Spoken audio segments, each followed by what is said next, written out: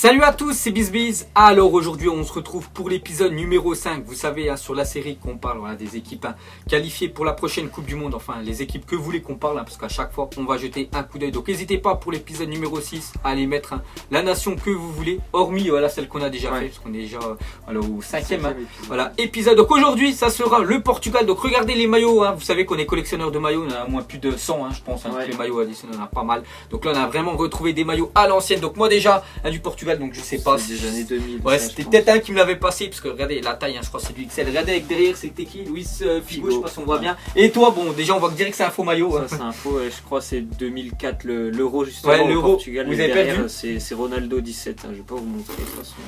Donc voilà, on a voulu mettre les maillots, bon on a que ça au Portugal peut-être parce qu'on, comme on a dit, on va acheter tous les maillots de la Coupe du Monde. On achètera quand même ceux qui mis à jour quand même des maillots parce que là c'est vraiment à l'ancienne. On les met, c'est le comment s'appelle, c'est l'épisode du Portugal. Donc c'est pour ça les gars qu'on met les maillots. Donc vous connaissez le procédé, on va parler de plusieurs points. À chaque fois je vous rappelle c'est quoi les points. Donc palmarès de l'équipe, le groupe de l'équipe, l'effectif, les derniers matchs, la star, la faiblesse et le pourcentage quelle équipe de gagner la Coupe du Monde. Et c'est parti, on va commencer déjà avec le palmarès de l'équipe du Portugal donc en Coupe du Monde. Donc on peut voir qu'ils ont fait 7, ils ont déjà fait 6 cette année, c'est la 7e on peut dire phase finale de Coupe du Monde. Donc leur meilleur parcours c'est en 1966. On voit une médaille de bronze, 3e place. Ils ont dû terminer 3e. Donc voilà, c'est leur meilleure performance en Coupe du Monde pour le Portugal. Donc il y a 4 ans, ils avaient fait quoi déjà? Je me souviens même plus. Éliminé en phase de groupe il y a 4 ans. Grosse déception. Ah oui, contre ils avaient l'Allemagne. Ils avaient l'Allemagne dans le groupe. Qui avait gagné la Coupe du Monde. L'Allemagne, mais ils avaient le Ghana aussi. Et les États-Unis, je crois. Les États-Unis, donc ils n'étaient pas sortis du groupe. Ils terminaient 3e. Avec un joueur, quelques énormes, très gros joueurs qu'on parlera après. Donc voilà, plutôt désillusion quand même pour le Portugal. Bon après, on peut parler, hormis Coupe du Monde, c'est quand même l'Euro remporté. C'est quand même le dernier victorieux de l'Euro contre l'équipe de France. Voilà, belle victoire, même si pour moi, j'aurais préféré bien sûr l'équipe de France, mais voilà, c'est le Portugal qui l'a gagné à la fin. Donc belle victoire, on peut voir en 2016. Gagné, 3e place Coupe des Confédérations, c'est vrai. L'année dernière, je sais plus, ils avaient joué contre qui, parce que je sais que c'était l'Allemagne qui avait gagné contre le Chili. Le Mexique, je crois. Mexique, c'est possible.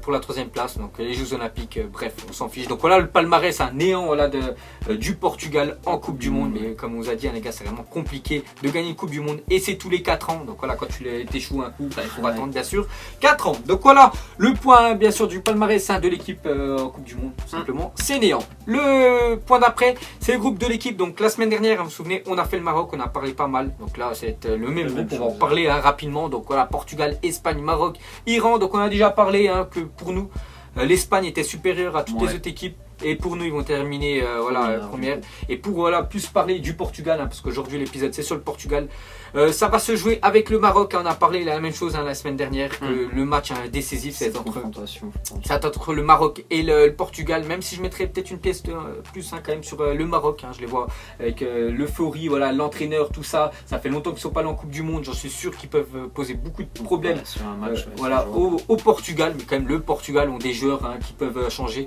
un match à tout moment. Ils sont quand même, c'est quand même les derniers champions d'Europe.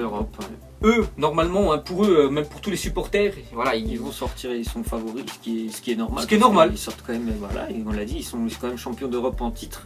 Mais franchement, je pense que ce match, il faut le jouer. Il ne faut pas dire que le Portugal va déjà se qualifier, parce que ça peut être compliqué quand même. Ça peut être compliqué, et bien évidemment, en 4e place pour moi, pour l'Iran. Mais bon, on a parlé déjà, pour, ce qu'on verrait. Mais c'est quand même un groupe pas mal et que je vais assister, qu'on va regarder. Et j'essaierai de faire des lives, les gars, pendant la Coupe du Monde. Et des lives, des belles affiches et pourquoi pas un Maroc-Espagne, Maroc-Portugal en live, ça pourrait être pas mal avec vous. Le prochain point, ça sera l'effectif du Portugal. Donc on aime bien faire ligne par ligne. On va commencer comme d'habitude par les gardiens. Donc Rui Patricio, Beto, c'est les deux gardiens pour l'instant. Donc Rui Patricio, on a bien vu finale de la Coupe du Monde, de l'Euro, donc exceptionnel. Très très bon gardien. Exceptionnel. Donc aussi Anthony Lopez qui a pas été. Anthony Lopez, exact, c'était un très bon gardien aussi d'ailleurs. Donc Rui Patricio, normalement c'est lui quand même le gardien numéro 1. Et contre l'équipe de France, il a été tout simplement écœurant pour les joueurs français. Je pense qu'il y aurait eu un autre gardien, peut-être Il y en avait une qui passait. Ouais, une qui passait, mais lui il a été tout simplement énorme. Hein, donc voilà, qu'il soit performant avec le Portugal, c'est tout ce qu'on lui souhaite. Ensuite en défense, on a quand même pas mal de bons défenseurs. Hein, côté portugais, Fonté, un défenseur, je crois qu'il évolue dans le championnat anglais. Ouais. Hein, c'est ça. Pepe, hein, Pep, voilà, le défenseur du Beşiktaş avant du Real Madrid. On sait que lui, les gars, il a vraiment la niaque, hein, vraiment dans tous les matchs. Hein. Sinon, il y a qui d'autre? Bruno Alves, hein, aussi qui avait disputé quelques matchs hein, de l'Euro. Je me souviens. Il y a qui? Rolando par exemple. Rolando aussi, le défenseur. Qui a été appelé dernièrement. Après, est-ce qu'il sera présent à la Coupe du Monde? On ne sait pas. Mais parce qu'on sait pas encore. Il était de retour. En tout voilà, cas. parce que ça, on ne sait toujours pas la liste, bien sûr, définitive hein, pour voilà, des 23 ou 24 jours, je me souviens plus, portugais. Sinon, il y a aussi Rafael Guerreiro, ouais. Défenseur gauche hein, de Dortmund. Donc, il y a quand même une bonne équipe, hein, bien sûr. Et tous ces joueurs-là, quand même, ont disputé l'Euro. Donc, ils ont quand même de l'expérience. Ouais, donc, voilà, milieu, il y a pas mal de bons joueurs. Hein, milieu, Adrien Silva, voilà, on peut le mettre. Il y a qui? André Gomes du Barça. André Gomes, c'est ça. Il joue très rarement, c'est un joueur quand même qui est très intéressant, je pense. Moutinho aussi. Moutinho de l'AS Monaco. Bernardo Silva, son même milieu. Ouais. Voilà. Et en attaque, on parlait après, voilà, bien sûr Cristiano Ronaldo. Bref, on parlera plus de Ronaldo tout à l'heure, donc bien évidemment Ronaldo. Quaresma aussi, hein, Nani qu'on peut mettre aussi dedans. Je vois pas son nom, peut-être il est marqué, mais je le vois pas. Nani, hein, normalement devrait être dedans. Gelson Martins. Martins aussi. Ouais. Genre pas connu, mais les gars vraiment très bon, très rapide. Ce joueur du Sporting Portugal. Donc André Silva aussi, joueur du Milan AC. Plutôt moyen cette année. Hein, c'est un très bon buteur. Très bon buteur, mais moyen, on va dire, cette année. Ensuite, ça sera les derniers résultats du Portugal. Parle-nous un peu de la forme actuelle de l'équipe. Le dernier match amical qui était comme une lourde défaite hein, face aux Pays-Bas 3-0. Puis tous les matchs d'avant, il y a aussi par rapport au match de groupe où ils ont été chercher la qualification sur le dernier match hein, face à la Suisse 2-0. Mais c'est des résultats quand même plutôt intéressants hein, pour le Portugal. Il y a presque que des victoires, mis à part ce dernier match face aux Pays-Bas qui n'est pas qualifié pour la Coupe du Monde, ce qui était peut-être un peu inquiétant, je pense, pour les supporters portugais. C'est cette défaite 3-0, mais sinon, globalement, c'est des très bons résultats face à des belles sélections. La Suisse, le Mexique, il y a quand même des belles équipes. L'Égypte aussi, avec ce retournement de situation. Deux buts dans le temps additionnel. Hein, je me souviens de Ronaldo et Salah avaient marqué but pour l'Égypte. Donc c'est vrai qu'on voit pas mal de belles victoires hein, quand même pour le Portugal. Ce 3-0 contre le Pays-Bas, bon après il n'y a rien d'alarmant les gars. Après c'est juste un match amical. En plus les Pays-Bas ne jouaient pas là. Ils essayent plein de nouveaux joueurs. Ça a fonctionné hein, sur ce match-là. Donc c'est très bien pour eux. Et on peut voir voilà, tout le reste des matchs. Hein. Donc sinon contre des équipes sud-américaines, voilà, c'était lors de troisième place. Voilà, 2-1 contre le Mexique, hein, très bien. Parce que nous on sait qu'en France on a du mal à jouer contre les équipes sud-américaines. On voit que le Portugal eux gagne. Et sinon le dernier match hein, vraiment important, le Portugal c'était contre la Suisse. Hein, parce que je me souviens que la Suisse et le Portugal, je crois ils avaient tout gagné leur match. Ils avaient joué au match aller, je crois qu'il y avait eu match nul. Non, il y avait eu victoire de la Suisse. Victoire de la Suisse, exact. Et le dernier match, hein, tout se jouait et le Portugal a gagné 2-0. Donc voilà, ils ont quand même, hein, bien sûr, on peut dire une grosse motivation et c'est passé pour eux. Ensuite, la star, hein, on va pas en parler, hein, enfin, on sait qui c'est. Voilà, on va pas mettre un autre joueur. Et bien sûr, Cristiano Ronaldo, parle-nous un peu de ce joueur énorme. Je pense que c'est le joueur emblématique du Portugal. C'est lui le meilleur joueur, je pense, de l'histoire. Hein, certainement aussi de l'histoire. C'est lui qui peut aider le Portugal lorsqu'ils sont dans des mauvais moments. Parce que par exemple, à l'Euro 2016, ils ont eu beaucoup de matchs où ils étaient vraiment mal engagés. Je me souviens face à la Hongrie où ils sont menés 3 fois au score. Et je crois qu'il met sur un doublé, il met peut-être même un triplé, je crois, face à la Hongrie. Un doublé, je crois. Et à chaque fois, franchement, c'est lui qui va débloquer des situations. Il n'y a pas qu'au Portugal, avec le Real Madrid, il est toujours bien placé. Ronaldo, donc voilà, c'est l'homme fort de cette sélection et c'est lui qui peut permettre aux Portugais, s'ils sont mal engagés, tout simplement de changer le cours d'un match. Voilà, donc que dire hein, sur Ronaldo, tout le monde le connaît. Et avec le Portugal, lui il aimerait, hein, lui on sait que c'est vraiment un travailleur et vraiment gagner la plus grosse compétition. Il deviendrait pour moi s'il gagne vraiment cette Coupe du Monde, après on parlera des pourcentages de chance hein, qu'a le Portugal, mais s'il gagne cette Coupe du Monde là, il deviendrait le meilleur joueur de l'histoire parce que le nombre de ballons d'or, le nombre de Ligue des Champions remportés, le nombre l'Euro il a gagné, il manque vraiment que la Coupe du Monde et je sais plus je crois les 85 hein, Cristiano Ronaldo. Pas sûr qu'il soit à la prochaine. Donc, je pense quand même qu'il en fera peut-être une, mais voilà, il sera peut-être plus en grande forme hein, quand même Cristiano Ronaldo comme il est actuellement parce que là vraiment plus les années passent, hein, plus l'effort et vraiment là s'il veut gagner la Coupe du Monde, essayer cette année parce qu'ils ont quand même un gros statut hein, le Portugal, ils ont quand même gagné l'Euro. Favori pour aller très loin quand même. Et c'est pas un outsider là, presque le Portugal. Là, c'est une équipe qui est maintenant c'est confirmé. Ils ont un gros statut. Voilà. Donc voilà les gars, que dire sur Ronaldo? À tout moment, il peut débloquer une situation. Bref, vous connaissez tous le joueur, donc c'est lui bien évidemment la star qui peut emmener le Portugal très très loin. Ensuite, ça sera la faiblesse du Portugal.